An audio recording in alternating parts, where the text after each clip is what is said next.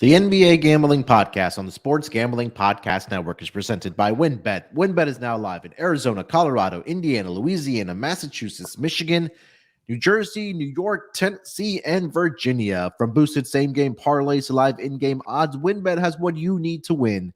Bet $100 and get $100 at wynnbet.com or download the WynnBET app and start winning today. State restrictions apply. Roster brought to you by the DGen Dance. Our March Madness Bankroll contest is back. It's free to enter, and $1,000 in cash and prizes are up for grabs. Plus, we've got the first half under bingo. Enter both contests exclusively in the SGPN app. Welcome, everyone, to the NBA Gambling Podcast, part of the Sports Gambling Podcast Network. It is Wednesday, March 15th, currently 11:11 on the East Coast. Here to break down the Wednesday betting card in the association, and joining me here on this Wednesday episode, you guys know him as the superstar of the show. It's the villain. He's in villain mode this week. It's Terrell Furman Jr. Terrell, what's going on, brother? What's going on, Munaf? Hey, yeah, it's been absolute, cash cow for all of us this week. I had 6-1 day ATS on Monday, 4-2 yesterday. Cashed a whole bunch of props both days. You guys went 5-1 and you're locking dog yesterday. We've been doing well. Yeah, yesterday was a great day for the pod. Like Terrell said, we went 5-1 overall. Only Delonte cost us the sweet, but you know what? I'll let him pass because he wanted the Lakers, but the line had already moved down to pick when we were recording. But yeah, I know you and Scott crushed it on Monday. You've been giving out your player props. We've hit some big plus money player props. I know you had the Kyle We hit Anderson. our big whale shark play of the day, $1,000, 100% max. If it misses, you get the whole year free. We hit the ultra mega play of the week, Utah plus 7.5 at Miami. I just sometimes math is just really easy, Munaf. Sometimes you can walk up there and the teacher puts on the board 1 + 1, and you just know. I know it. I know that one. I know that one. And gosh darn it, when they gave us 7.5 with Miami at home, I knew the answer to that question off the rip. As soon as the teacher put it on the board, I knew the answer. It's like anything times 0 is always going to be 0. So, anytime you see Utah plus the points, you know what to do. I mean, it was crazy. Yeah, it was. Going back to the Monday, Miami get the outright victory, but more importantly, Utah does get the cover as another underdog. They almost blew the outright victory. We're not going. Yeah. Some things went well in their favor to get that. Yeah, 100%. Yesterday, like I mentioned, 5-1 for the pod. Anything that stuck out to you yesterday? For the association, Terrell? Yeah, I mean, I hit Toronto money line. Not even when the line moved, I felt more confident, and I got Toronto at plus money yesterday, and it was no doubt in my mind. I mean, I've been talking that Toronto plays Denver tough all the time. Like they play them tough all the time. It's not too many times that you see a blowout in that game. And so the last game Denver won was against Toronto, and then now they're going out east to try to beat them on the road. And Toronto's been playing better basketball as of late and getting a lot more contribution from, guys not named Pascal Siakam. Yeah, absolutely love that spot. And then, again, people trying to move mountains and prove that Jokic is a good defender. Like, it's actually painful to watch. Who said that? No, there's Jokic stands and Denver Nuggets stands. And it's funny because Nuggets fans, I know for a fact if Jokic wasn't on their team, they would be pointing out the same thing. And the only reason that they aren't pointing out is because he's on the team. And I mean, that's loyalty. I get it. You got it. Cool. But it's just like, honestly, they need Martin Lawrence to go out there, put some icy hot under his armpit so he can keep his arms up because he never has his arms up any possession. You talk about the kickball violation. I saw that. And I'm just like, I mean, well, if he had his arms up, he probably would get more deflections than on his hands than on his legs. But he just doesn't put his arms up on defense. And it's hilarious. Like, that's the fundamental of basketball that he just does not do. Yeah. We talked about this yesterday on the pod that Toronto should have gotten the victory when they were in Denver, last Yeah, week or the week prior. it was the freaking technical Yeah. bullshit foul. Yeah. But Raptors pretty much controlled that game from the tip. They scored 49 points in that first half. In the first quarter. Denver made a little bit of a run in that third quarter, but eventually fourth quarter, Toronto pulled away. They get the victory there, 125-10. Lakers get an impressive victory, I guess we can say, with AD returning back to back to New Orleans against his former team. 123-108 victory there. Seemed like another wire-to-wire win there for the Lakers. They got out to a hot start. I think they were up 14-0, and they didn't look back. Anthony Davis, another big game, 35 points, 17 rebounds for him. And the trend that's been cashing all season long. I know Cam's been on it, Golf Gambling Podcast producer. 9-0-1 now in back-to-back games for the Milwaukee Bucks. They go into Phoenix yesterday, get the victory 116-104, and then the Knicks come from behind fashion in the second half yesterday against the Blazers. Outscored them 74-52 to get the 16-point victory there. Emmanuel Quickly, another big game for him, 26 points, 10 rebounds. And they continue their winning ways, man. About 11 games left for the New York Knicks. It's crazy. I think we're almost getting to the finish line here, Terrell. But anything else, man? Just 11? Dang. No. I mean, yeah, that's pretty much it.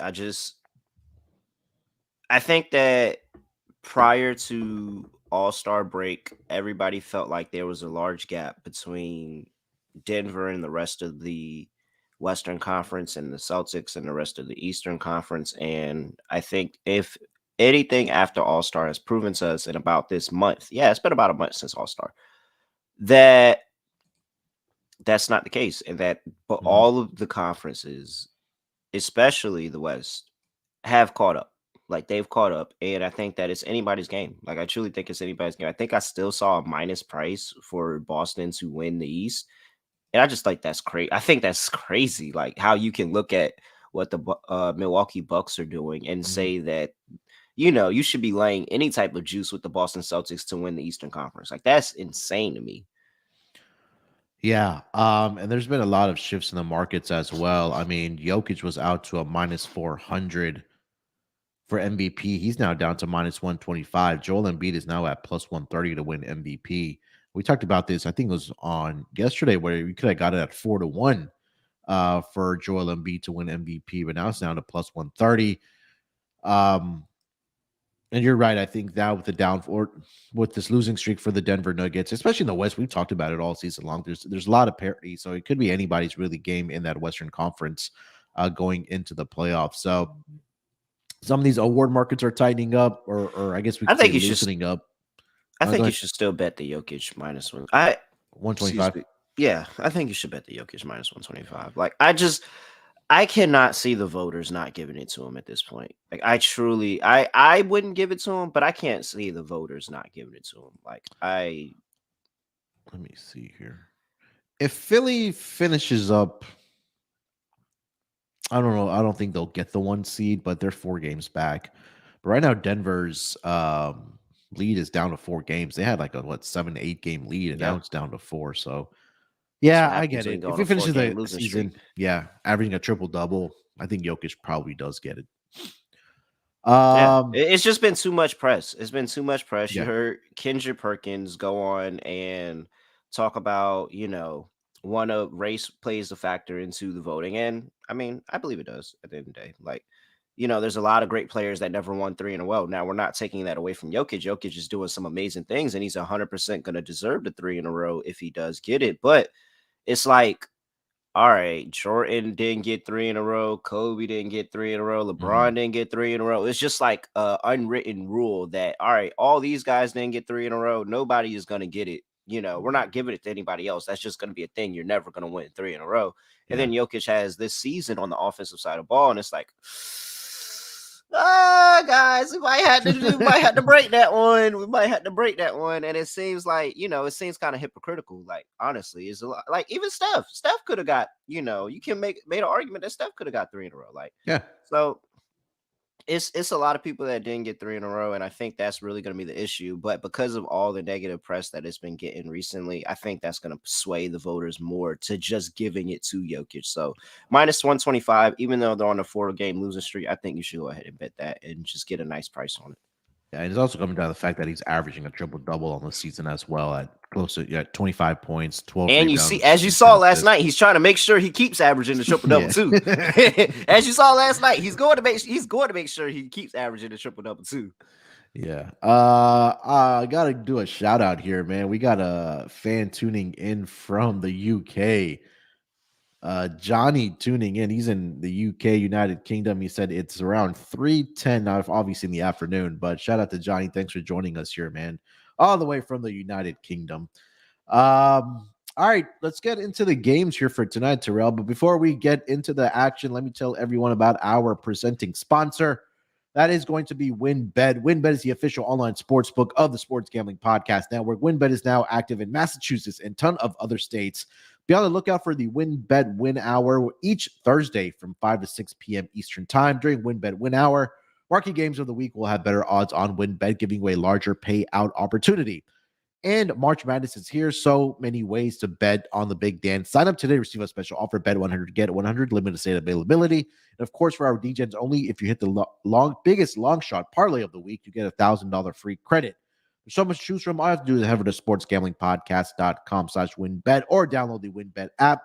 Offers subject to change. Terms and conditions at winbet.com. Must be 21 years or older and present in the state where playthrough WinBet is available. If you or someone you know has a gambling problem, call 1-800-522-4700. And don't forget to enter the DJ and Dance. Our March Madness Bankroll contest is back. It's free to enter, and there's $1,000 in cash and prizes up for grabs. Plus, we've got the first half under bingo where you can win a SGPN gift card. Enter both contests on the SGPN app.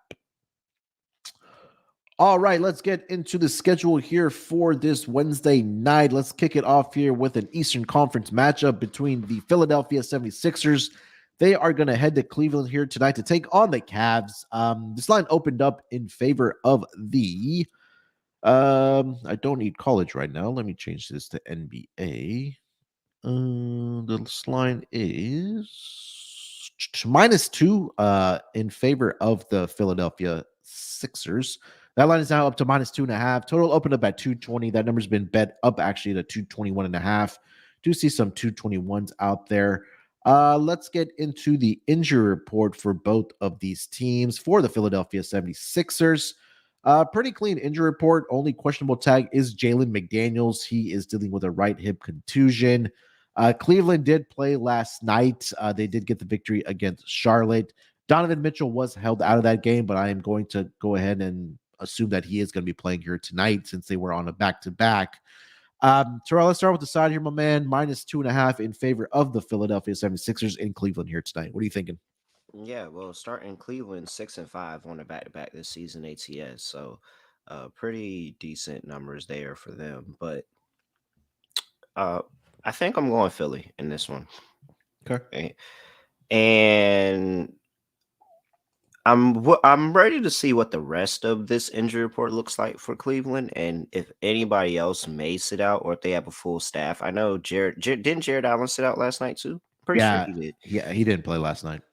Yeah, so you might have Jared Allen back in this game, but I just feel like this is a spot where Philly has very recently been able really, really to step up on the road and get a lot of these wins against some strong teams. They're on they've won their last 3 straight road games against the Bucks, against the Pacers. Well, that's, not too much. And then against Timberwolves, and how up and down that can be. But that's nonetheless, you still got 3 straight, and you've won 4 of the last 5, the only loss being the Mavericks on the road. So for the last 5 road games, I think that they're in a pretty good spot here and just solidifying themselves and pushing themselves up closer towards that Eastern Conference. You talked about, look where they're at.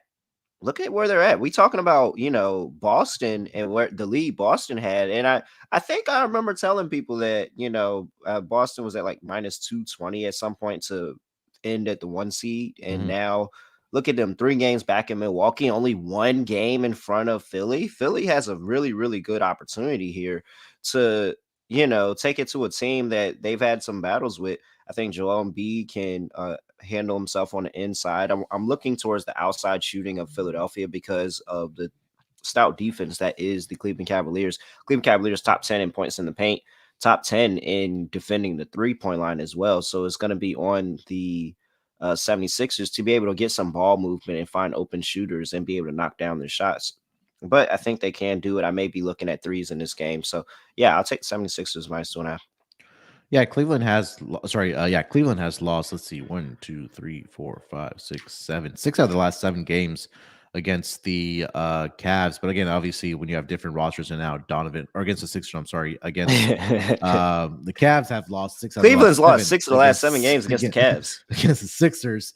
The earlier 2 matchups earlier this season, they've both split both of those games. Cavs got the victory at home, 113-85. And then Philly returned the favor on their home floor. They got the victory there, 118-112. So I think I'm going to go with the Cavs here tonight. Because they are at home where they've just been so dominant against the spread, especially. I do like them in this spot here. They're 22-12-1 at home against the spread. They've only been an underdog once. They did cover that game, and I believe they won outright as a home favorite, 21-12-1. And I understand they are on the back-to-back, but again, Donovan Mitchell didn't play last night for the Cleveland Cavaliers. So I know that Philly has been playing good basketball, but I think that if Jared Allen does go here tonight with Evan Mobley, that they should provide some type of challenge to Joel Embiid. I know he's been pretty dominant in this matchup against the Cleveland Cavaliers, but I think that this is an opportunity on their home floor to make a statement here tonight against one of the better teams against the Eastern Conference team like the Philadelphia 76ers, who are, I think, 3 games ahead of them. So, I mean, if they want to catch the 3 seed, it's there, but they're still 3 games out. But I think the fact that they are at home, I think as a home dog, I like the Cleveland Cavaliers in this spot. So I'm going to go with the Cavs here, plus the 2.5. Total in this game, Terrell, we're seeing a little bit of money coming in on the over at 221.5. What are you thinking about that? I just wanted to quick add this nugget.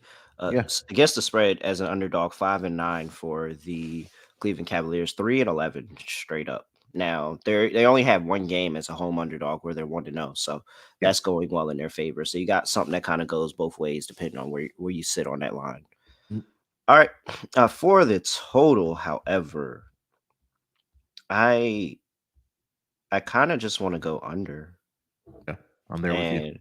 Yeah, and just we talked about Philly and them being a lot better defensively. We know how the Cavs get down defensively and what they're able to do. I just talked about it earlier. Top 10 in opponent 3-point percentage, top 10 in opponent points in the paint. You're not getting anything easy against them. Both of these teams, bottom of the league in pace past 5 games. I think it's like 27 and 28 or something like that for both of those 2 teams. And so expect a very slow paced game. Expect 2 good defenses. I think that we could see a game where it's first to 100 wins. Yeah. Last 5 games, and you take a look at the defensive efficiency for all these teams as well, especially Cleveland. They're number 4 in the entire league. Philly, they are down at number 25, but I think the pace is going to be the difference here. I know last 5 games, the pace is a little bit up for the Philadelphia 76ers compared to their season long, but they're still at 26 and 27, like you mentioned there. But I think this will be a playout atmosphere type of game. You know, when you have 2 teams that are where they are in the Eastern Conference at 3 and 4, I expect a lower scoring game here. And again, the game earlier this year in Cleveland, that game ended up only scoring 199 points in that game. But I agree with you about the under. Let's go to some player props here, Terrell. Anything that you do like? You think another big Joel Embiid game?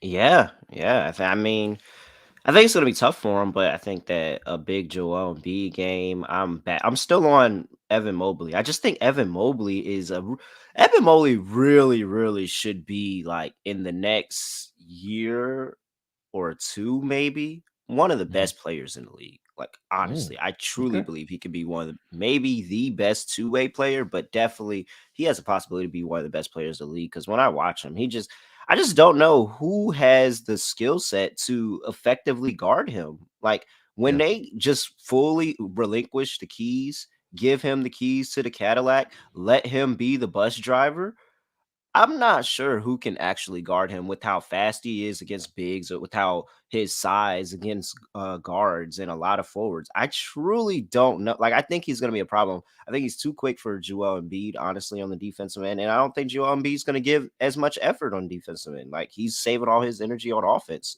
for this Cleveland Cavs team. So, yeah, I'm on Evan Mobley again. I just think his skill set is really, really tough to guard. And I don't think anybody on this Sixers roster can really effectively guard him for 48 minutes. So, uh, Joel Embiid, of course, that's staple. Everybody's doing that. Evan Mobley, and then I'm probably gonna get back to maxi threes today. Like I said, I Okay. think that they can get some ball movement and they can get a couple of good looks from three and try to spread that defense out. And that's gonna be the way to win this game is by hitting their jump shots. And Tyrese Maxey is gonna play a big part of that. And 2.5, I see it plus 145.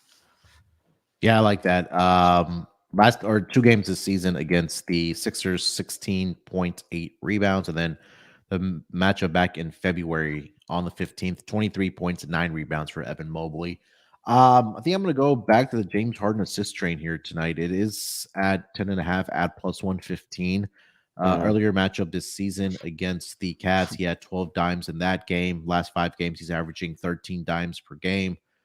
He's had games of 13, 10, 20 dimes, 8 dimes, and then 14 in the last matchup against the Wizards. And I think I was looking at it when I was handicapping this game as far as player props. Harden has gone over 10.5 assists in 9 out of the last 15 games against the Cleveland Cavaliers. So Mm. I think they'll have a little bit of a trouble uh, trying to stay in front of him, number one, but they've really perfected that pick and roll with Joel Embiid and James Harden, where you can really rack up the assists. So he's been in double-digit assists in 6 straight career games against the Cleveland Cavaliers. And the matchup, like I mentioned earlier this season, 19 points, 4 rebounds, but more importantly, 12 assists in that game for James Harden. So that was a player prop I was looking at. Anything else for this game, Terrell? No, I'm good. Let's go. All right, let's get over to the next game of the night. We have the Memphis Grizzlies that are going to be down in South Beach to take on the Miami Heat. This line opened up in favor of the Miami Heat, -2.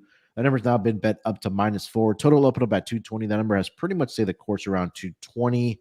Looking at the injury report for both of these teams, for the Memphis Grizzlies, Steven Adams, Brandon Clark, John Morant, and Jake LaRivia are all out for this game. The Miami Heat, Kyle Lowry is questionable here tonight with left knee soreness, and that is pretty much the only significant injury for the Miami Heat. I'll start with the side here. We seeing Miami favorite. Are we fading that trend again, Terrell? 100%. I talked about, we was talking about March Madness and they had the 10 commandments. And I was like, oh, well, if we in the NBA created our 10 commandments, what would our commandments be? And the first thing that popped up in my head was, thou shalt not lay points with the Miami Heat. It just, we shall not, is not happening like that. Lordy. It's just a trend that year by year as you go on and you see they're under 50% of covering games as a favorite that you just realize I don't want to take the chance. I never want to take the chance. And then you have this Memphis team who this year have not been that good as a dog. 2-12 straight up, 5-9 ATS, I think it was, or something like that. But they just not been good covering as an underdog this season. However, not laying points with the Heat. Like I just have to trust myself. I've seen the Heat go out here, lay a short number, and win the game and still not cover the spread. They don't have any interest in covering the spread. They just want to win games. I actually kind of would recommend a Memphis first half in this game because how many times have we seen the Heat down at half and Jimmy Butler have to do second half heroics to make sure that this team doesn't lose the game? And you're looking at Memphis here. They neutralize a lot of easy buckets for the Miami Heat. The Heat are going to have to be a jump shooting team in this one. Memphis, second in the league in the past 5 games in points inside the paint. So maybe a tough day for Bam Adebayo going down toe to toe with Jaren Jackson Jr. Maybe tough for Jimmy Butler to get into the lane and get an easy look at the rim and all of that. So we're going to be relying on a lot of jump shooting on the Miami Heat today. And I don't know if I want to lay 4 points with the chances of them being hot from the outside. Yeah, I mean, you take a look at this season as an underdog and on the road. Grizzlies are 0-11 straight up. They're 2-9 against the spread. They're getting beat by around 14 points per game in that span. But I think what you just said there, Terrell, about if you want to back them in the first half where they've been a little bit better as Mm-hmm. far as the spread, I think that might be a way to attack the Grizzlies here tonight. But in these road games where I'm looking at right now, they've been getting outscored by 11 points in that fourth quarter. They're allowing their opponents to score 32 points in those 11 road games as Mm-hmm. underdogs, and they're only scoring about close to 21 points in that span. So, especially when you don't have John Morant, a guy that can close out basketball games for you, I think that, and when you talk about the heroics and hero ball that Jimmy Butler does have to play in that fourth quarter, I think that might be the difference here tonight. So,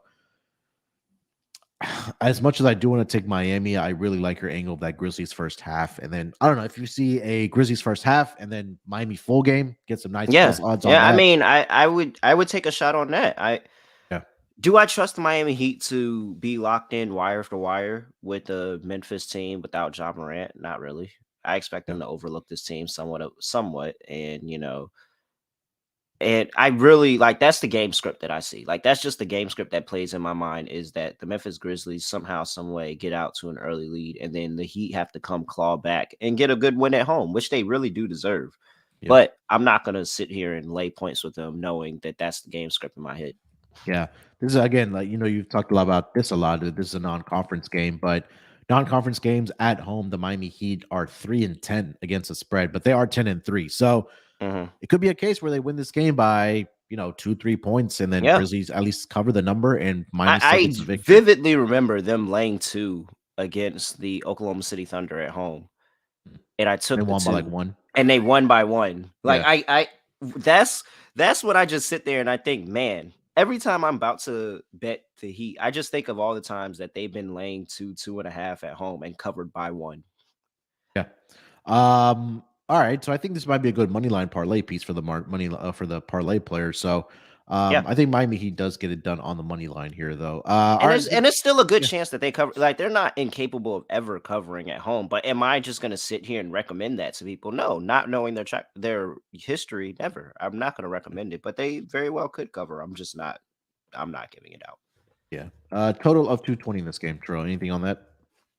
I kind of want to go with an under, and just because of what I said, I think that points are going to come a little bit tougher for the Miami Heat here with the fact that how good Memphis has been inside the painted area. And I mean, you have a defensive player of the year candidate in Jaren Jackson Jr. that really anchors that down there. And I mean, Xavier Tillman, he's been really good helping them out. Like they just get a lot of help defense. And then you think of Dylan Brooks. Like I know everybody doesn't like Dylan Brooks and how much he talks and everything like that. And very funny the post game interview of him at Oregon talking about how he wanted to be a Draymond Green like player for his team. Very hilarious hearing him say that. But uh yeah, I think that Memphis can apply a lot of pressure defensively. And then you talked about it. Their second half woes and their fourth quarter woes and how they kind of disappeared in that spot. I think all of that combined adds, pretty good pressure for an under.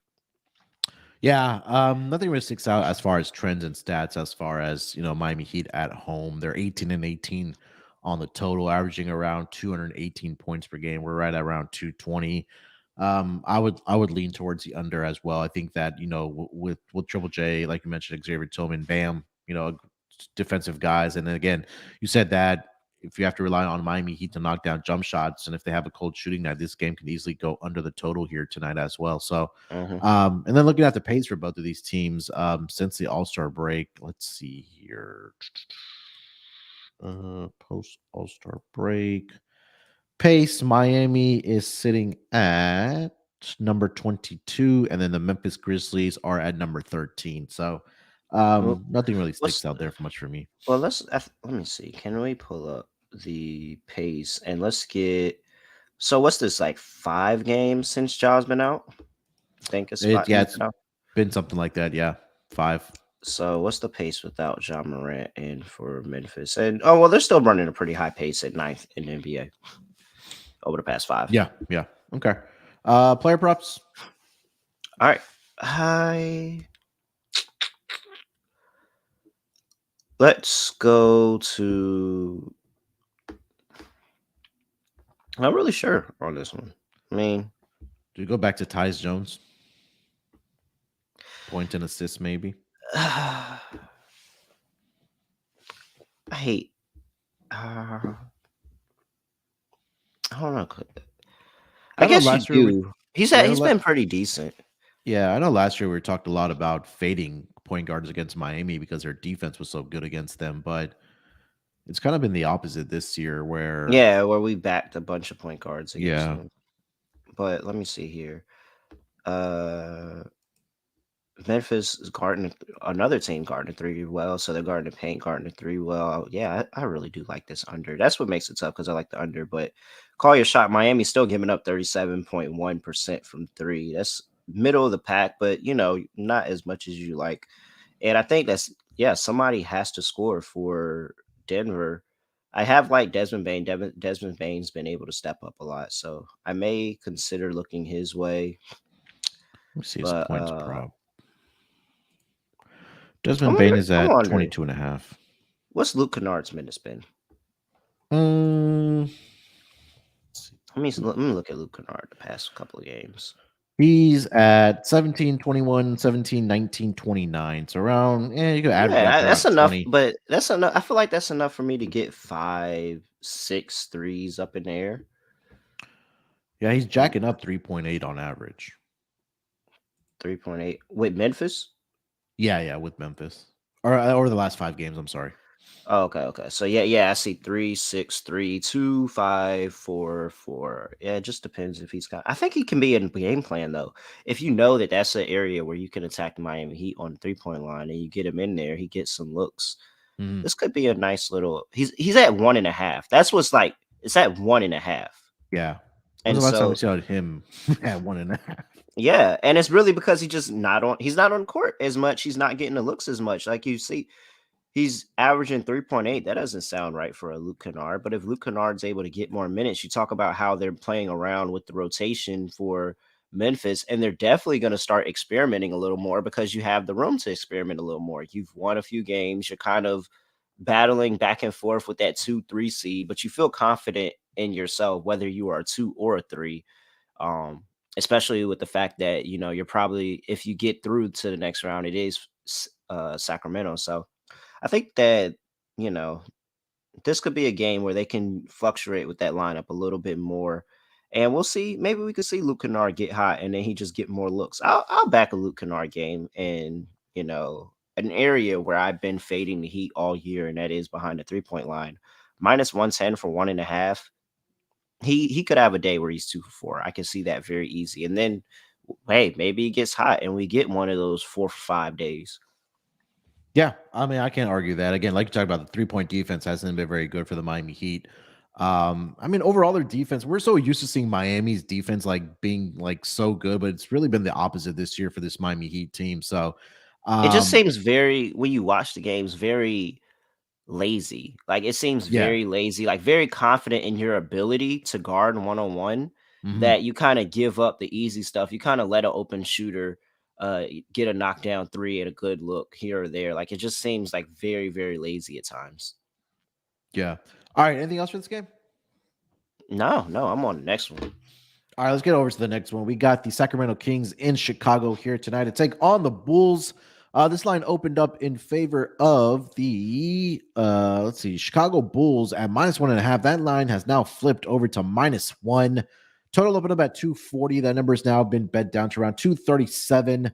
Looking at the injury report for both of the squads for the Sacramento Kings, pretty clean injury report. Rashawn Holmes is out with a non-COVID related illness. But other than that, everybody is a go. For the Chicago Bulls, the usual suspects are out. Obviously, Lonzo Ball, Javante Green, and that is pretty much it. So we have healthy squads here coming into this non-conference game between the Bulls and the Kings. Let's start with the side here, Terrell. We have the Sacramento Kings as a 1-point road favorite here against the Chicago Bulls. I mean, it's pretty easy. What's the Kings record? The Kings are currently 40 and 27. Mm, mm. Yeah, I just feel like every time we see these above 500 teams come to Chicago.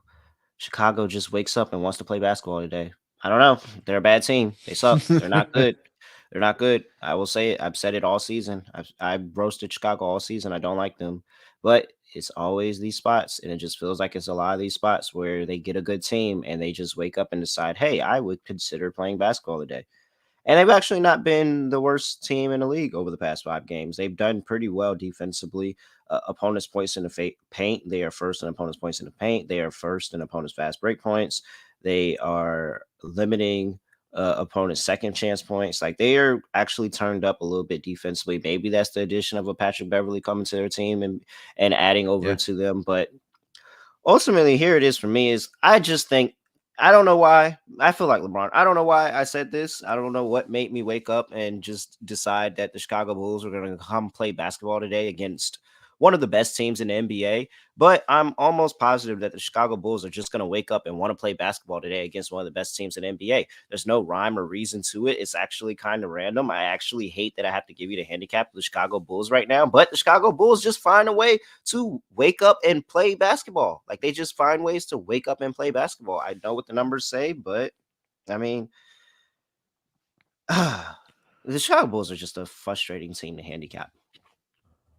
I think the one thing that makes me nervous about Sacramento here tonight is that they've been the worst defense, or not one of, or one of the worst defenses since the All-Star break. As far as their defensive rating goes, they're at number 29 at 120.5. That's down there with the Blazers, with the Pacers, the Rockets, the Hawks, and their And they offense. give up everything. Yeah, they've given up, I want to say 120 plus points over their last 5 games as well. We saw what Milwaukee was able to do against this team, especially in that fourth quarter. So I'm going to lean with the Bulls here tonight, man. You mentioned also that their defensive numbers, they've been really good, whether it is a Patrick Beverly energy or whatever the case might be. But in spots like this, they do get up to play against, superior opponents, I guess we consider teams that are above 500. So I'll take the home dog here at the +1 price. I mean, it's just 123 points per game in the last 5 games. That's like, yeah, that's not good at all. And think about who's on the other side of the ball that you're giving up points to. So you're telling me that you're about to give DeMar DeRozan, Zach LaVine, Vucevic, like you're about to give them a whole bunch of easy looks and let them just kind of run up the score on you. I don't know. It's something about Sacramento. And you would think they'd be a better defensive team with, Mike Brown as their head coach, but it just doesn't seem like at all this season. And it is kind of the style of offense that they play, but they still haven't figured it out. Like you can't be towards the bottom of the league. Like there's only 3 teams that are worse than them in points per game in the last 5 games. That's the Pacers, the Hawks, and the Magic. Yeah. Like that's kind of tough. Even the Spurs are better than you in the past 5. Like it's kind of hard. So I mean, can Sacramento outscore? Can they outscore the Chicago Bulls? I mean, as bad. Look, we'll get to the player props in a minute here, but Zach LaVine has had a lot of success against the Sacramento team, scoring the basketball. And Sacramento, if you talked about the 3-point defense for Miami, Sacramento's 3-point defense has been atrocious as well. Yeah, they're giving up 44%. And this is post All-Star break. I'll pull up the numbers. Oh, wait, no, that's not 44%. Hold on. That's the wrong stat. My bad. They're giving up 15.5 makes per game, which is, again, down there with the Rockets. And they're allowing opponent 3-point percentage. I'm sorry, 25th. So I know they don't have a lot of 3-point shooters, but I think this is a game where Zach LaVine can have success. Vucevic can knock it down as well. Pat Beverly gets his maybe 1 or 2 makes as well. So I think that might be the difference here tonight, especially with, like you talked about, how Chicago's defense has been pretty good since the All-Star break or even over the last 5 games. Yeah, I just don't think this is a spot where I want to. I like fading the Bulls against teams that they overlook. I'm not fading the Bulls against the game that they.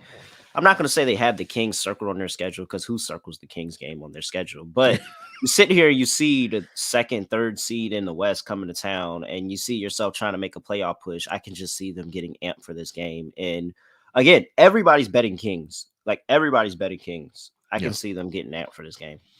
Yeah, I mean, the Chicago's defense hasn't been that great either over the last 5 games. They're number 24 as far as defensive rating goes at 119.2. Sacramento number 26. So I know a lot of the key metrics are the trends that are pointing towards the under in this game, but I kind of do like the over in this game, especially the way Sacramento's defense has been, where they, like you mentioned, they've been given about 125 plus per game over the last 3 to 5 games. So, and again, it's a non-conference game. You've been on this all season long about non-conference overs.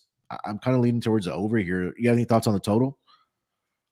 Yeah. I'm with you. I'm on the over, and just because if the Kings do get it done, it's going to be behind the 3-point line, 40.5% over the past 5 games for the Chicago Bulls. I talked about how good they are in fast break, limiting transition points. I talked about how good they are in points in the paint over the past 5 games. Number one in both of those categories, but they are towards the bottom of the league in the outside shot in 40.5. So Kevin Herter, what's my twin could go out there, have a good game. Keegan Murray, he can have a really good game from the outside. So if they can supplement a lot of their scoring with the outside and be able to knock down their outside shot, then this should go into a really high scoring game. Yeah, I think so too. All right, let's go to some player props in this game. Anything that you do like?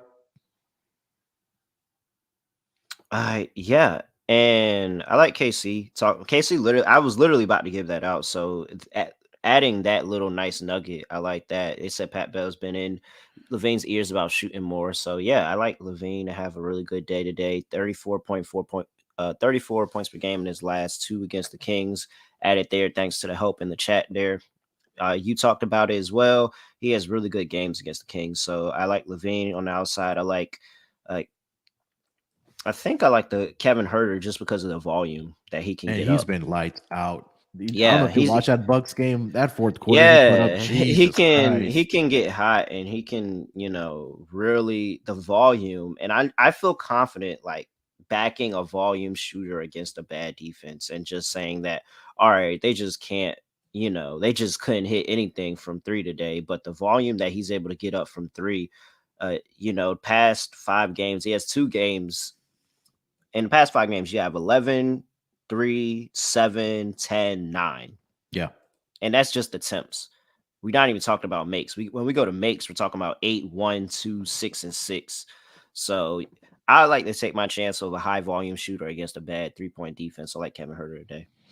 Yeah, I already bet Levine's points last night. I think I got that at 27.5. It's still there at 27.5, but it's juiced at minus 150 now. So definitely shop around. Levine this season, back on December 4th, he had 41. And go back to last season, 27, 38, 32, 21, 28. And again, we talk about bad the 3-point defense is for the Sacramento Kings. I think there's an opportunity for Levine ladder on his 3-pointers if you want to do that. He's definitely getting up the attempts. And I don't know if you want to look at Nikola Vucevic 3-point makes as well in this game. So I think that there's an opportunity for definitely Zach Levine to have a big game here tonight. So I'd love that prop at 27.5 here tonight. Anything else you like in this game, Terrell? Let's go to let me see. No. I feel like anytime I give out Harrison Barnes, it doesn't work in my favor. I'm not going to do that. Harrison Barnes is the equivalent of Rudy Gobert for me this season. I'm like 0 of 21 with his player props. Yeah, I'm just not going to do it. I was very, very close to giving out a Harrison Barnes prop today, but every time I do it, it doesn't go my way. I just can't get his boom games right. All right, let's get over to the next game of the night. That's going to be the LA Lakers. They are in Houston here tonight to take on the Rockets. We talked about how they did get the victory yesterday against the Pelicans, but right after the game, not even like 5 to 10 minutes after the game, they already ruled out Anthony Davis. Oh, it was after the game? I thought the game was still going on. The game was still going on when they ruled him out. I looked at it. I'm like, is this game over? I don't even know if the game's over yet. And it was already saying he was out. I was like, oh yeah, they had that plan ready to go. Yeah, I was gonna be like, oh man, if Anthony Davis plays here tonight, you got to be all over him again after the night he had against the Pelicans, going up against his Rockets team. But as soon as I try to go, do my homework on it, I got an alert. Anthony Davis already ruled out. But -2 was the opening line after the news came out of Anthony Davis being out for this game. That number's actually been up to -3.5. Total opened up at 230.5. That number's been bet up to around 231 now. Do see some 231.5s out there as well. There are some 230.5s out there as well, so definitely shop around. A lot of conflicting numbers. Looking at the injury report, like I mentioned, for the Lakers, no Anthony Davis here tonight. For the Rockets, it's a pretty clean injury report, but Şengün is officially questionable here tonight. He has a left groin sprain, a strain. I'm sorry, so look out for that if he's going to be playing here tonight as well. So let's start with the side here, -2.5 in favor of the Lakers in Houston here tonight. I think I'm going with the Rockets because this line is short. Does this not smell? Why are This they does smell. just like? I mean, even with no AD, I feel like this should be a little bit like the Lakers are playing really good ball recently. But I mean, you look at the Rockets offensively, and they're finding different ways to score the basketball. And first in points in the paint, that's new for them. They're getting offensive rebounds, and they're able to get a lot of second chance points. They are sixth in chance points in the past 5 games. They are fifth in fast break points and out there running in transition. Now, the only thing that kind of sets y'all up with that is just the fact that the Houston Rockets are still running a slow pace, and that's really the concern for me in this game. Like, they refuse to speed up the pace in their games and how they play. Like, I think that's just how It's they so want to play. frustrating. But I mean, I had them. I said it. I was like, "Hey, I wouldn't be surprised." I told everybody I wouldn't be surprised. I pointed out the reverse line movement in the game, last game, and I mean, I don't know. I just feel like I feel like you could get a little. This is just a streaky game between 2 streaky teams that I have no. I don't want to bet this game at all. If I want to bet it, I think I'd take it over though. I'm taking the Lakers. I've watched this Rockets team all season long. They're ass. Everybody said that, and then they go out there and they beat what everybody says is the favorite to come out the East. Who? Oh, the Celtics. Yeah. So I mean, everybody yeah. says that, and everybody swore up and down that laying 12.5 with them was free money, and I was like, all right, like, good luck. Now, maybe it's because it is the Celtics. And, if the Rockets were to lose this game, that even proves me even, more right that the Celtics will let you down when you least expect it, because the Lakers came in there literally the next game and beat the shit out the Rockets. So I'm just not touching the game. I'm really good, and I'll fade the Rockets, next week. Yeah, I'm gonna go with the Lakers here. Even without AD, I think D'Angelo Russell's been playing really well. So Austin Reeves coming, but since he's returned, he's been really good for this team. Jared Vanderbilt, we keep on talking about him every single episode. He's just been such a great pickup for this Lakers team. Malik Beasley, I said it yesterday that I needed to see more of Malik Beasley. He finally had a good night shooting for the Lakers last night against the Pelicans. So also concerning, because hopefully that's not his only good night shooting. Yeah, and again, I think tonight is an opportunity for him to continue that again, because we talked about how bad the Sacramento Kings 3-point defense is. The Rockets are the worst team, and they did with Sacramento. So I think that we'll see a successful night shooting the basketball from D'Angelo Russell here tonight. We'll see, hopefully Malik Beasley continues his shooting performance from last night against the Pelicans. Really, for the Rockets, it's been that Jabari Smith is finally starting to knock down his 3-point shots. I know early on in the season, he was going over his 3-point pointers made prop. Shout out to my guy Wham. He was all over that. But since then, kind of cooled down. But over the last couple of games, he's been able to knock it down. That's really kind of been the difference for this Rockets team, where last 3 games, Jabari Smith, 30 points, 20 points, 24 points for the Rockets. But they're coming off of a win here. I know that the owner is in the ear of this team, or the head coach of Steven Silas. And the Rockets, after a win this season, they are 7-7-1 against the spread. But I don't know. I just think this is an opportunity for the Lakers to come in, get another victory, climb the playoffs standings in the Western Conference against a porous team. I think even without Anthony Davis, I think they get the job done here tonight. But I do agree about the over, what you said in this game, at over around, you could get at 230.5 right now. Offense has been better for the Rockets. Lakers should be able to knock down some 3-point shots here with the guys that I did mention. I think we'll see some back and forth and pace in this game. So I do like the over 230 in this game. You said you also do like the over, right, Terrell? Yeah, that's the only thing I'm betting. I'm really good on the side. If I had a lane, I'm just gonna lean Rockets. because maybe they found something for for a week. Yeah. Because I mean, it hasn't been like the past couple of games haven't been the worst games of the season for the Rockets. You took the Pacers to overtime. The Bulls was a closer game than people want to imagine, and then they got the win against the Celtics. So maybe this is just one of those little stretch where bad teams kind of figure out how to play basketball, and then they eventually fall off back into their ways, which is I think coming really really soon. But I don't know. I just feel like this line is super short, and it's short enough where it's making me really question, like, why would everybody not hammer the Lakers here, even without AD? Like, why would you not hammer the Lakers here? And it just doesn't give me good vibes. And normally, when my gut rarely leads me astray, so I'm good. I'd rather just not bet this side. I like the total. All right. Player props. Let's go with.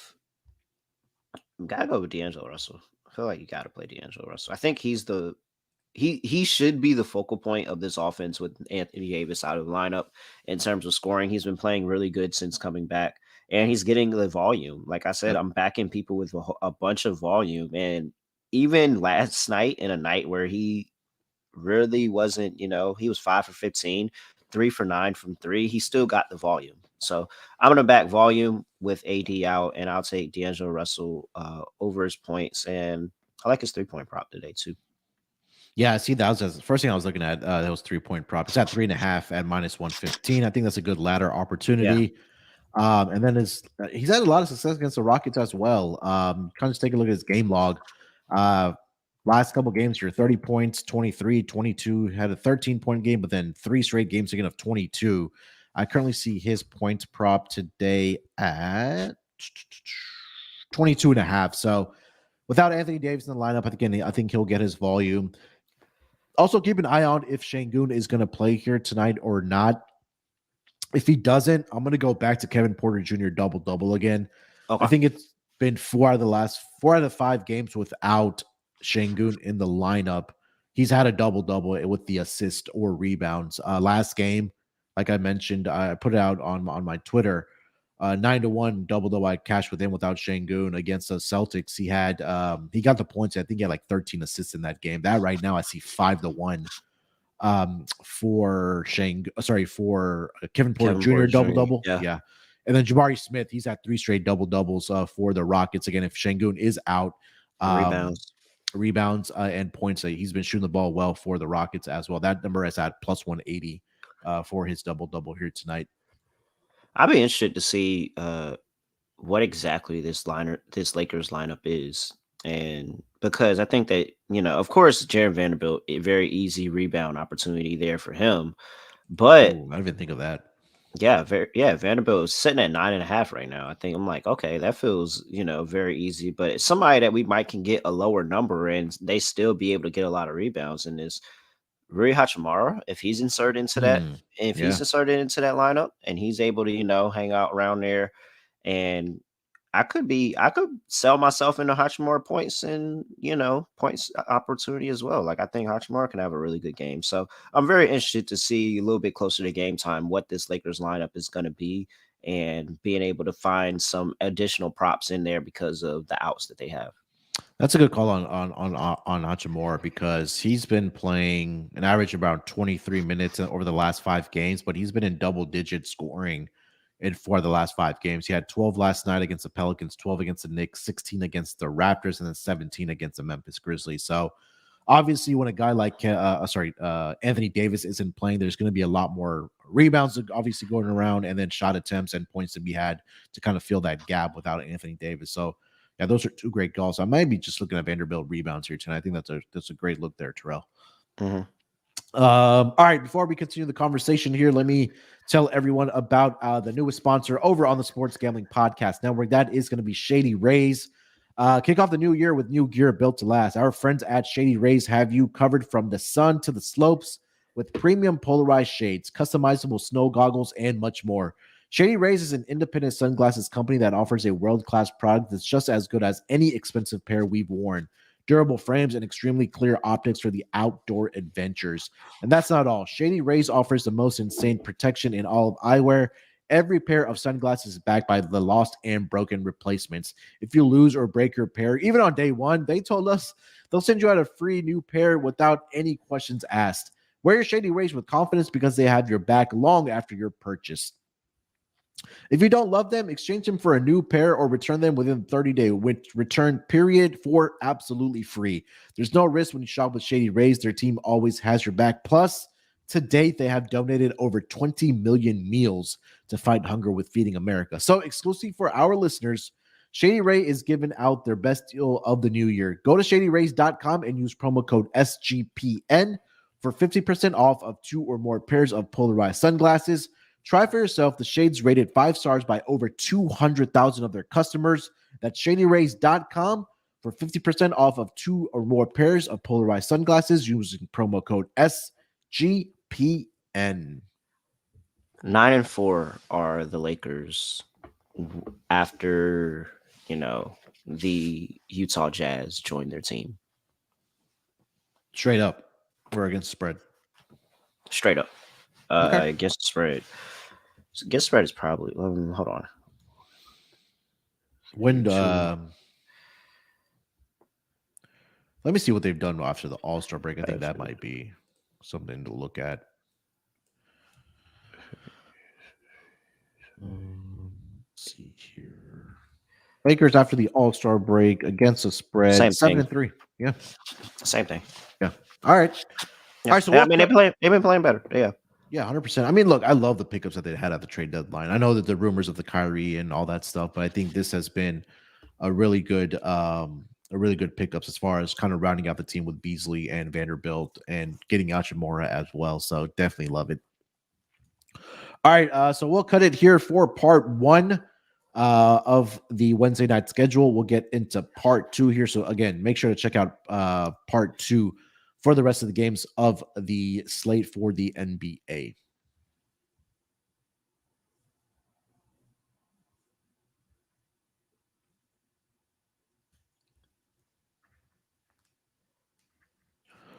All right, Terrell, let's get into the final 3 games of the NBA schedule here on Wednesday night. We have your favorite team. They are in Minnesota here tonight to take on the Timberwolves. This line opened up in favor of the Boston Celtics at -3.5. That line has been bet up to -5. So some money coming in on the Boston Celtics here tonight. 233.5 is the total. That number has pretty much stayed the course there. Looking at the injury report here for the Boston Celtics, Jaylen Brown is available to play here tonight. Robert Williams continues to be out as well.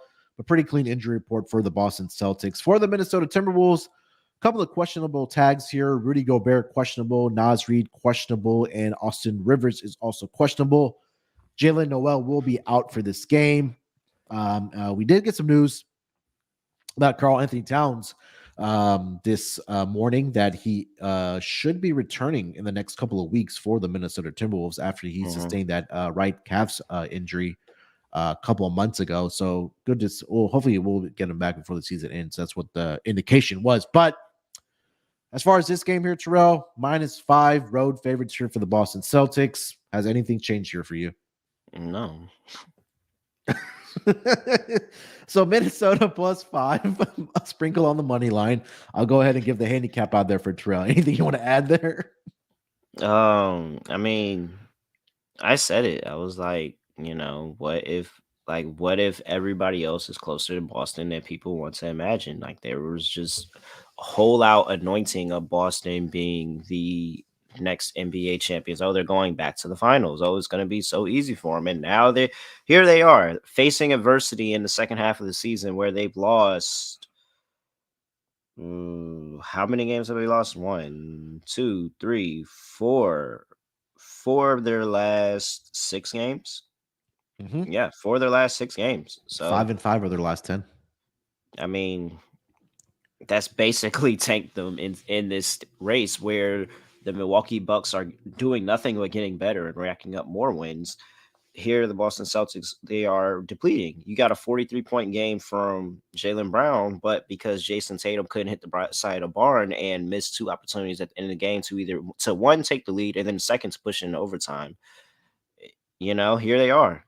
Yeah. You probably shouldn't have let that get into the opportunity. The fact that you could only score 109 points and you got 43 from Jaylen Brown and you can only Yeah. score 109 points. Like there's some issues that I guess the Houston Rockets at that, like there's some issues that they got to work out here. And I just think that this is an internal thing. Missoula's going to have to find a way to rally though. And I don't know if he's a good enough coach to find a way to rally them, to be honest. So this may just be something that the players got to figure out. Meanwhile, on the other side of the ball, you have a Minnesota team that has everything to play for. Because guess what? Their lives, their playoff stakes depend on every single game for the rest of the season. Yep. Is so tight for Minnesota in that playoff race that they have to get up for every single game.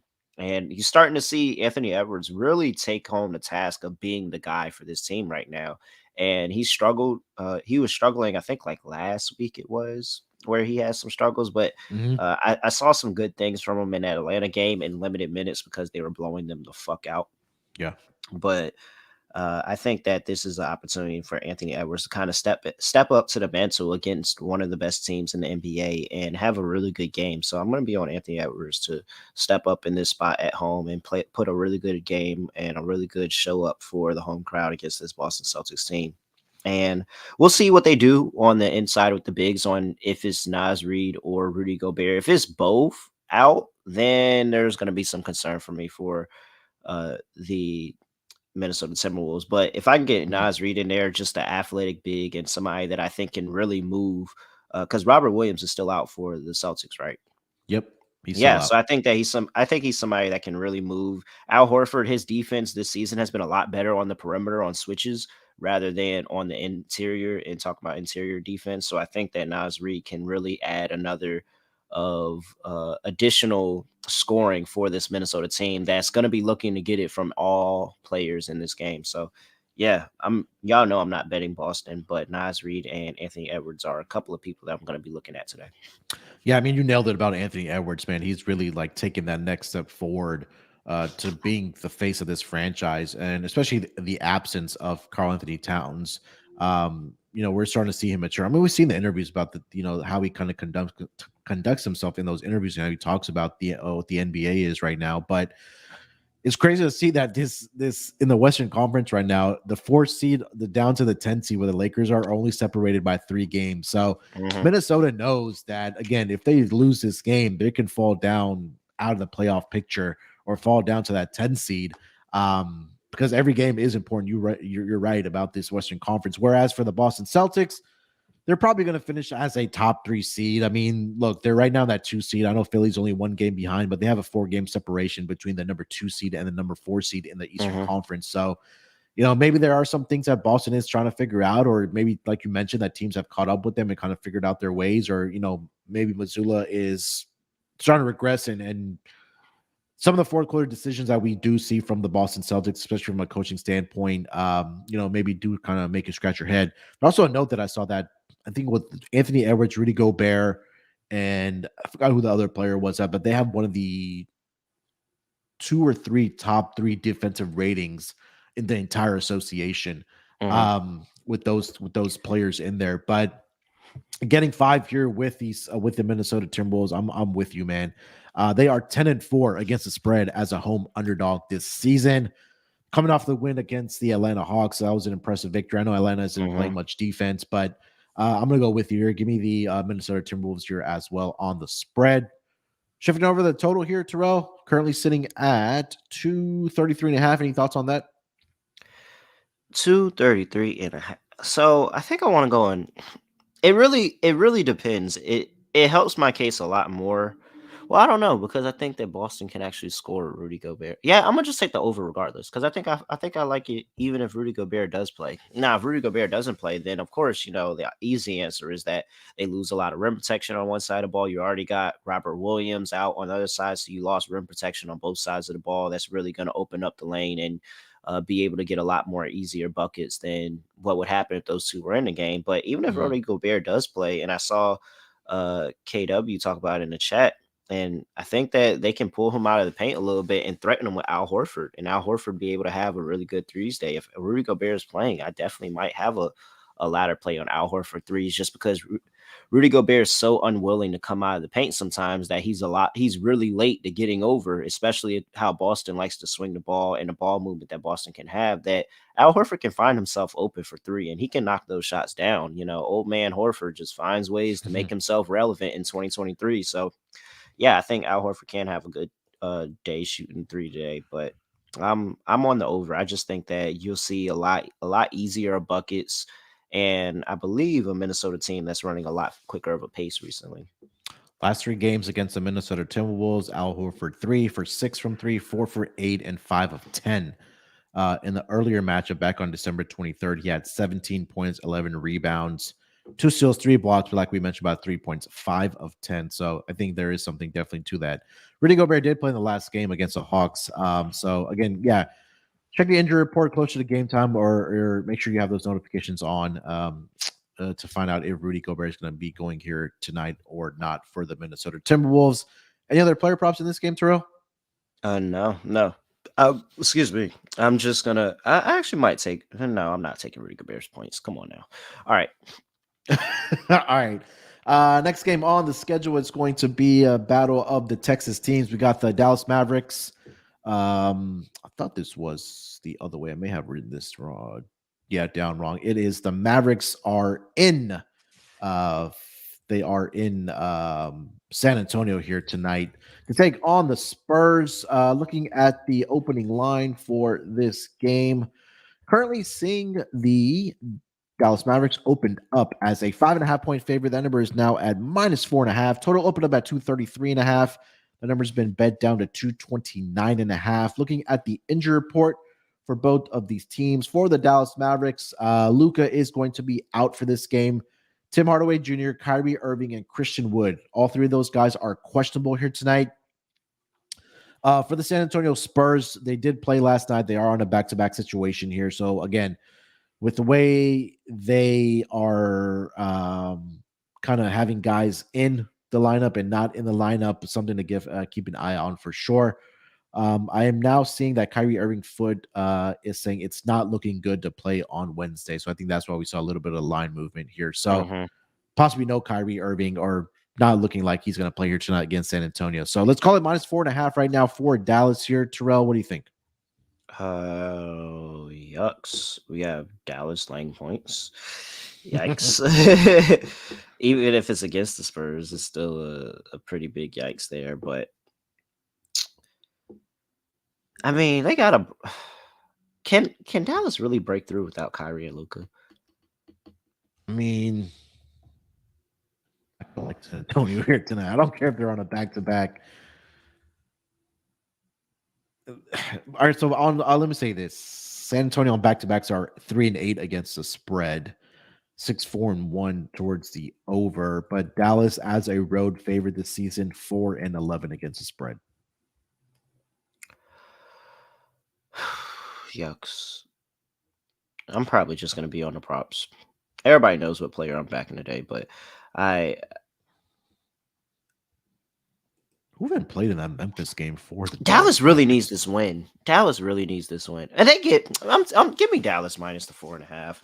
They really need this win, man. Like they are tanking, and it's getting to the point where they're about to be outside even the play-in tournament.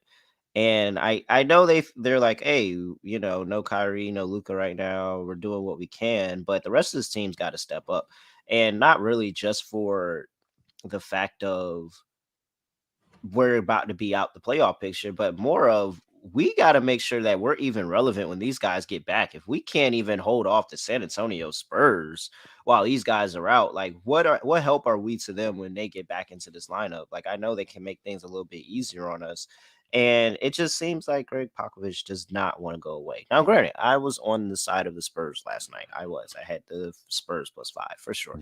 But it just feels like that Dallas has more reason to get up for this game and to make sure that they put together a good 4 quarters, even with the supporting cast that they have right now. And I do believe they have talent that can exploit the San Antonio Spurs and what they do defensively. And so I'm not betting this. I'm good on this one. I had my Spurs money line for the week and I cashed it, so I'm good. I don't want to back the Spurs again. So in terms of the show, I'm giving out Dallas -4.5. They need it more. Uh, yeah, I think gun to my head, I'll go. I'll just take the home dog here. I'm not betting this for sure as far as a side. I'll take the home one. I mean, I really don't have a handicap for this. I mean, this just again going through the Spurs injury report of figuring out who's going to be playing, who's not going to be playing, and then for the Mavericks, are they going to be able to score enough points without having their top two guys? Questionable tags on Christian Wood, questionable tag on Tim Hardaway Jr. So, I mean, if there was a game that we could pass, I would probably just pass this one. But I'll for the sake of the show, I'll just take the points with the Spurs here tonight. I think this could be a one possession victory for the Dallas Mavericks here tonight. Any thoughts on What the total, Terrell? What are you saying? what I think I may do. Let me see. Yeah, I think mm, oh, will I? Okay, I will. I think I'm gonna take Spurs first half. Okay. What do tanking teams always have in common? They get up early in the game and then they realize, oh crap, we're about to win this game, and they blew it. And so let's just not Pull the worry about the whole starters. second. Yeah, let's just not worry about the second half of the game. Like, let's just not worry about the second half of the game at all. I could definitely see the Spurs leading this game for, 3 quarters, and then them just saying, "All right, you guys need to win. We want to lose." Like, this is a fair trade off. Like, they probably, at halftime, Jason Kidd and Greg Popovich meet in the tunnel and are like, "Hey, you need a win. We need a loss. Let's just go ahead and agree that you guys win the second half of this game, and you take your win and go on your way." Had our fun, and we played strong basketball in the first half. So Spurs first half. All right. 3-2 last 5 at home for the San Antonio Spurs. 2-3 last 5 on the road for the Dallas Mavericks. I don't see any player props listed because the Kyrie news came out, but I'm pretty sure you are targeting Josh Green in this game. Oh, 100%. All right. 50, 40, 90, Josh Green? What? Mm. Josh Green that can't miss a shot? Josh Green?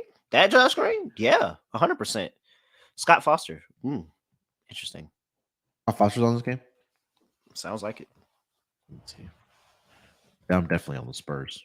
it. Yeah, he is. He's a crew chief here tonight for this game. I'm gonna pull up the stat here, but it's something outrageous where like home teams are like 66% against the spread when Scott Foster is officiating the game. But yeah, Josh Green. What else? Anybody else? I mean, of Jalen course, like Hardy? Hardy. Yeah, Hardy's been really good too. Like, they're gonna need to score points, and if the Mavericks have any chance, like, they're gonna have to score points. And you're telling me no Hardaway Jr. Like, you're missing the top 4 guys, because you said Christian Wood might be out too as well. Yeah, he's questionable. Yeah, so it really depends on the injury report. But if the Mavs just punt the game and just sit everybody, then yeah, you're just gonna get a bunch of usage for Hardy. You're gonna get a bunch of usage for uh Josh Green, and maybe you can catch Reggie Bullock, a couple of threes on outside. Yeah. All right. I don't have much else for this game. You have anything else? No, good. All right, let's get over to the last game of the night. Probably the game of the night. We've got the Golden State Warriors headed to LA to take on the Clippers here tonight. Looking at the opening line for this game, this line opened up in favor of the Clippers here, -2. That number's been bet up to -2.5. Total opened up at 235. That number's been bet up to 237. Looking at the injury report for both of these teams, for the Golden State Warriors, Jonathan Kuminga probable here tonight. He was out with that right ankle sprain. Andre Iguodala is out, and Andrew Wiggins continues to be out for personal reasons. For the LA Clippers, Norman Powell continues to be out with the left shoulder injury, but everybody else is a go in this game for the LA Clippers. Warriors coming off the overtime victory against the who do they play on Sunday? I forgot they had the overtime victory there. I'll look it up here in a second, but they also did get the victory earlier this week against the Phoenix Suns? Yeah, 123, 112, and then they beat it was the Bucks on Saturday without Giannis, 125, 116. But look, Terrell, they're back on the road here where the road woes, especially defensively for the Golden State Warriors. Let's start with the side here, -2.5 in favor of the Clippers hosting the Golden State Warriors. What are you thinking? I guess we'll take the Clippers. Everybody's going to bet the Clippers tonight. Everybody. Yeah. At some point, the Warriors are going to win another road game, but who knows when that's going to be again. Everybody's going to be on the Clippers tonight. They are. And I mean, I can't say anything. 7-26 is really bad. Yeah. I mean, that's down there with like the Rockets and the Spurs and like the Pistons. Yeah. I mean, just bad Clippers. I think that's really what it is, man. If I told you that we had a system that was 26-7 on the season, are we ever going to doubt it? Of course not. No. I mean, I was just gonna say, like, they're spread on the road 9-24 for the Warriors, 7-26 straight up. I think the one thing that does really stick out to me about the Warriors, especially on the road, has been on the total 24-8-1 towards the over, about 75+%. Off of 1 day's rest, they're 14-4-1 towards the over. But yeah, it's Clippers for me. We'll get to the total here in a second. But anything else for the side? No, I mean, I want to. And I really want to be on the next Golden State win on the road because it's going to happen. I want to be on it, but I mean, it's just really bad. It's really bad for them. But if there's ever a game for them to get up, it is against the Clippers because guess what? This ain't 2014 no more. No, we were talking about that yesterday. That just came out of left field. So I will say this is the start of a 5-game road trip for the Golden State Warriors. So they go to LA and then they'll fly to Atlanta on Friday, back-to-back game on Saturday against Memphis, Houston, and then Dallas, and they'll go back home to face Philly. So you said 5 games? Yeah, 5-game road trip. But it's kind of weird. Why would they start in LA, like go west and they have to fly all the way to Atlanta? Why don't you just, I don't know. Just throwing that out there. They would too. So Clippers, Atlanta, Memphis, Houston, Dallas. They're beating. I think they'll beat obviously Houston for sure. Atlanta's defense is really bad. Yeah, I think that I could see a game where they are going to put up like 140 points. What if they just rip off 5 straight wins? I mean, if you look at the teams, like it's not outside the realm possibility that they rip off 5 straight wins here. Yeah, I mean, that would literally be the motivation you need going into I'm talking myself into the Warriors. That would be the motivation you go into the playoffs. Like it really isn't outside the realm possibility that they rip off 5 straight wins here. But I'm not picking it in terms of tonight. So yeah, when's the last time the Clippers played? I feel like they haven't been on the schedule in a while. Let's see. They last played on. Yeah, they haven't played since Saturday, so they've had like a lot of time off here. What, 3 full days? Warriors played 2 days ago, so rest versus tired angle there. Yeah. I mean, it's just you're sitting there at 30. Both teams are 36-33. Both teams know where they're at in the standings. They both have the motivation. I just think that the home factor just kind of gives me that bump to say that the Clippers get this done. Yeah, and then their next game is until Saturday for the Clippers either. They're going to Orlando, so very, very good scheduling spot here. Yeah, especially this late in the season. All right, so I think we're both taking the Clippers here. Let's get to the total here at 237. What do you think? I think it's over or nothing for me. Yeah, because the Warriors bad defensively, and I don't think that they're going to go lying down. I really don't. Yeah, I think that this is going to be one of those road games that they like their execution, but they just don't walk away with a win. Yeah, like I could see this being a 4, 5, 6 point game, and both teams scored a bunch of points, but they just somehow didn't walk away with a win. And even if they do walk away with a win, I'm pretty sure that it's going to be on the back of the offense and not the defense. So I'm going, over what's that? 237.5. Yeah, that's come up a few points. It really has. Yeah. I mean, like I mentioned it, Warriors on the road. As far as the total, 24-8-1 towards the over, and then if you want to add in rest, 1 day off, they are 14-4-1 on the road this season. towards the over, and then just off of 1 day's rest, 25, 11, and 2 towards the over. So all those trends right there are pointing are 70 close to 70+% for the Warriors towards the over in those situations. So I really do like the over here tonight. Let's see. What else? Looking for the the Clippers. It's the Clippers. That's really, but they've been playing better. 6-4 to the over past 10 games.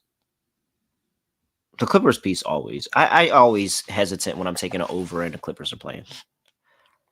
Yeah, I mean, especially at home, right? Because early on in the season, I know you guys were talking about the team total under for the Clippers, but yeah, they're 24, 8-1 towards the under in home games. So I kind of want to see what they've done it after the All-Star break.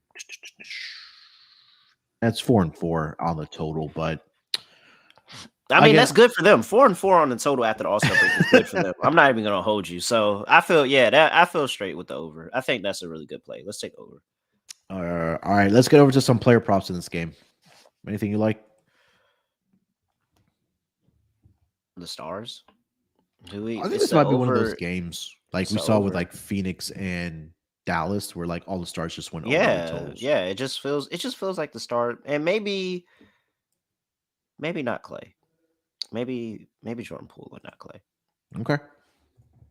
But it just feels like Steph, some combination of Poole or Clay, Paul George, Kawhi Leonard. Like it just feels like they're all going to have a good game.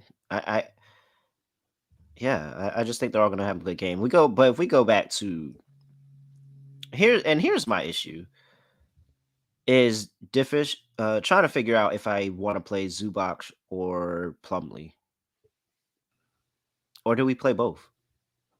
For what? Their rebounds? Rebounds. Yeah. I mean, come on. It's Bigs versus Golden State. They should be able to get boards. Yeah. Going back to your Jordan Poole note, last two games is 8.5 versus Golden State. Really? He hasn't gotten. I was looking at this last night. He hasn't gotten over this number in a while against the Warriors. Let me see. Against the Warriors, really? So last 5 games, 2 rebounds, 4 rebounds, 9, 8, 8, 3, 3, 4, 6. The last time he had double digits was all the way back March of 2020. 12 rebounds.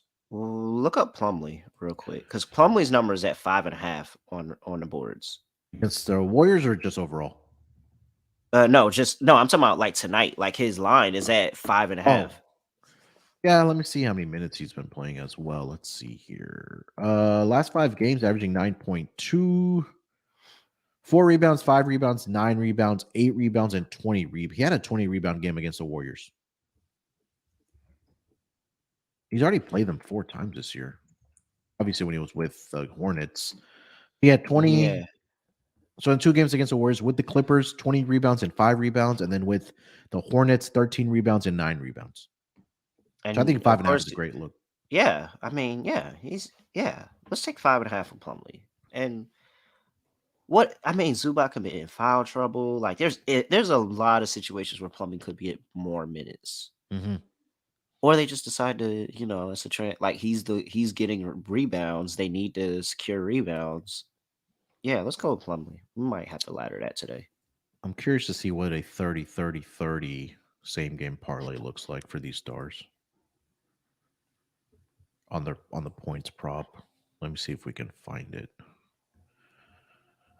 Okay, so over 29.5 for Kawhi. Over, just let me go all the way to 30. I'll try to post this in the Discord for that. All right. Anything else for this game? No, I think that's about it for me. All right. All right. Before we get into our lock and dog for tonight, let me tell everyone about our newest sponsor, Shady Rays. Kick off the new year with new gear built to last. Our friends at Shady Rays have you covered with from the sun to the slopes with their premium polarized shades. If you haven't checked them out already, check out Sean and Ryan. They've been rocking it on every single show that they've been doing, whether it's been on the studio or in Vegas where they are for March Madness. I mean, they look really nice. They're an independent sunglass company that offers a world-class product that's just as good as any expensive pair that we've worn. They have durable frames, extremely clear optics for outdoor adventures.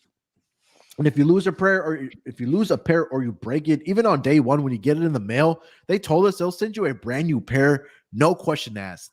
Wear your Shady Rays with confidence because they have your back long after your purchase.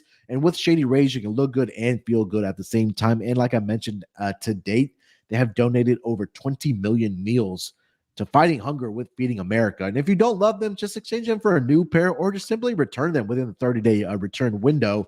There's no risk when you shop with Shady Rays. Their team always has your back. Exclusively for our listeners, Shady Rays is giving out their best deal of the new year. Go to shadyrays.com, use promo code SGPN for 50% off of 2+ pairs of polarized sunglasses. Try for yourself the shades rated 5-star by over 200,000 people. That's shadyrays.com, promo code SGPN.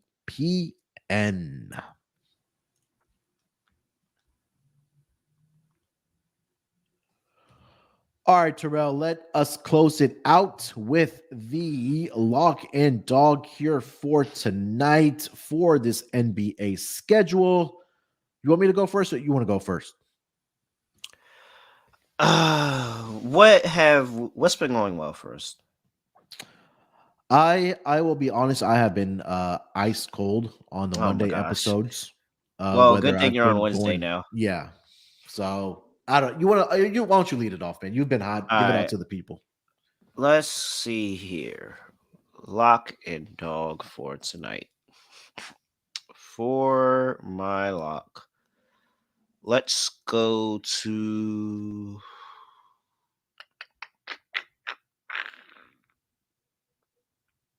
No, I can't lock up Chicago. I can't do it. No matter how much I think Chicago can have a good one today, I cannot lock up Chicago. All right, let's do this. No AD. AD does add a presence defensively, and I think without him, there's going to be a large void offensively that everybody is going to try to fill. Houston's also been a lot better on the offensive side of the ball. No better defensively than they've been all season. So I'll go with my over 230.5 for the Lakers and Houston game. I will take that as my lock. And for my dog, I let Scott talk me out of making Houston my dog. I still hit Minnesota as my dog last time, but I let Scott talk me out of making Houston my dog. And that was 580. Even though everybody knows that I bet Houston on the money line, I don't feel the same confidence in myself that I didn't give it out on the show. I really feel like there was a missed opportunity there. Okay. Do I go back to... Yeah, when in doubt, just fade the Celtics. Give me Minnesota again on the money line, plus 170. I was waiting for it. I was waiting for it. When in doubt, just fade the Celtics. I do. I think I actually do pretty well when I make the opponent team my dog. I don't do it often. All right, so you got the lock was what, over in the Lakers and the Rockets game? Yeah, and I'll then take Minnesota. Yeah, because normally when I make a player prop, even though I did cash Looney under on the hook, so maybe I do need to go back to a prop. But nah, I'm gonna just fade the Celtics. I feel good with that. All right, for my lock. Do I go back? What's just been working for me? And that's just the over in the Warriors game on the road. It's 237. I still think they'll get over this number. Yeah, give that to me. Warriors Clippers over 237 here tonight. I know we talked about the Warriors defensive woes on the road. And again, the numbers are just overwhelming where they're coming off of 1 day of rest. Their numbers on the road as far as the over.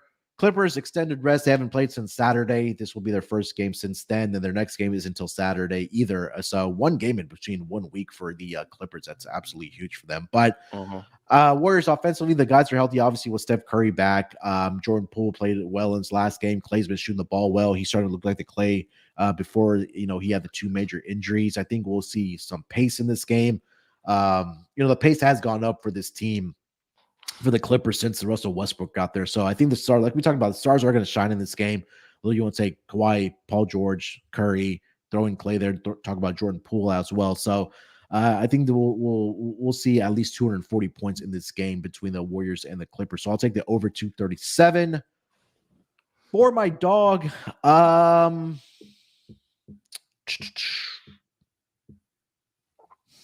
think I might have to pivot to a player prop.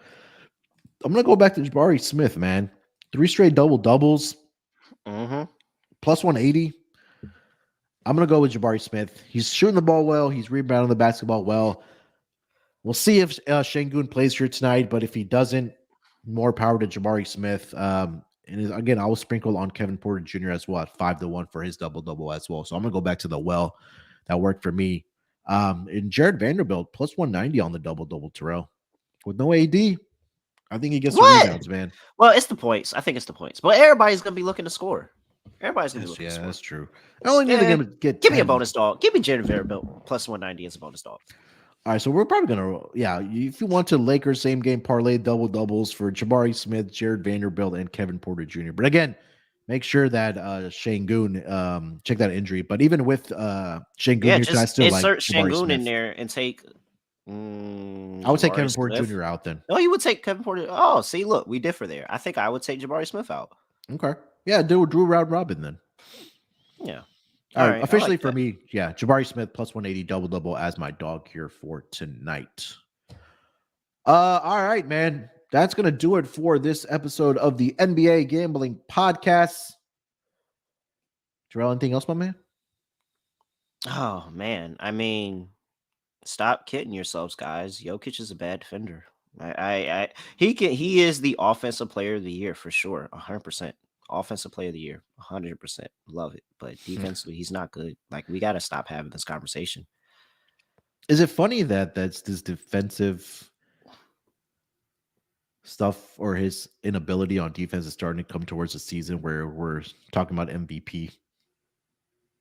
Or it just hasn't been talked about enough for Jokic? I think that it's easier to point out when they're losing games. I will admit that it's a lot easier to point out when they're losing games. Yeah, but I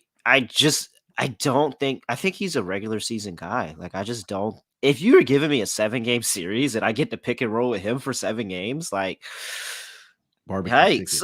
And you can't. But he's so good offensively, he can't come off the floor. Like, see, Alfred Şengün needs to learn from Jokic. Like, Jokic made himself so good offensively that no matter how bad defensively he is, you cannot pull him off the court. You cannot. And so, Alfred Şengün, I know you've been frustrated that you've gotten benched a few times. Just get as good as Jokic. It's easy. Just get as good as Jokic, and then you won't get pulled off the court. Who says you have to play defense? That's true. I mean, who plays defense in the NBA these days anyways? But all right, yeah, we'll talk about Jokic more as the season kind of winds down here and see if they can get out of this slump for the Denver Nuggets. But Terrell, anything else you need to mention before we get out of here? Nah, just bet that Jokic minus 125 MVP. Like, they're gonna give it to him, guys. I don't think he's not my MVP, but they're gonna give it to him, guys. Bet that minus 125. Yeah, I'm hoping this gets a plus money because I did pick up Embiid at 4-1 when like Jokic was like minus 380 yesterday. So hopefully, yeah, we'll see. All right, we'll be back tomorrow for the NBA Gambling Podcast with myself and Delonte. So look out for that. And then Scott and Terrell will be back on Friday to cover the Friday game. So again, if you haven't already, guys, subscribe to the NBA Gambling Podcast YouTube. I did see we did make it past 800 subscribers. Trying to get to 1,000 before the season is over. So again, YouTube, subscribe, hit the like button on this video, on this live stream. And then again, make sure to follow us on Twitter at SGPN NBA. All right, good luck with your picks here tonight. Let's break these books off and let it ride.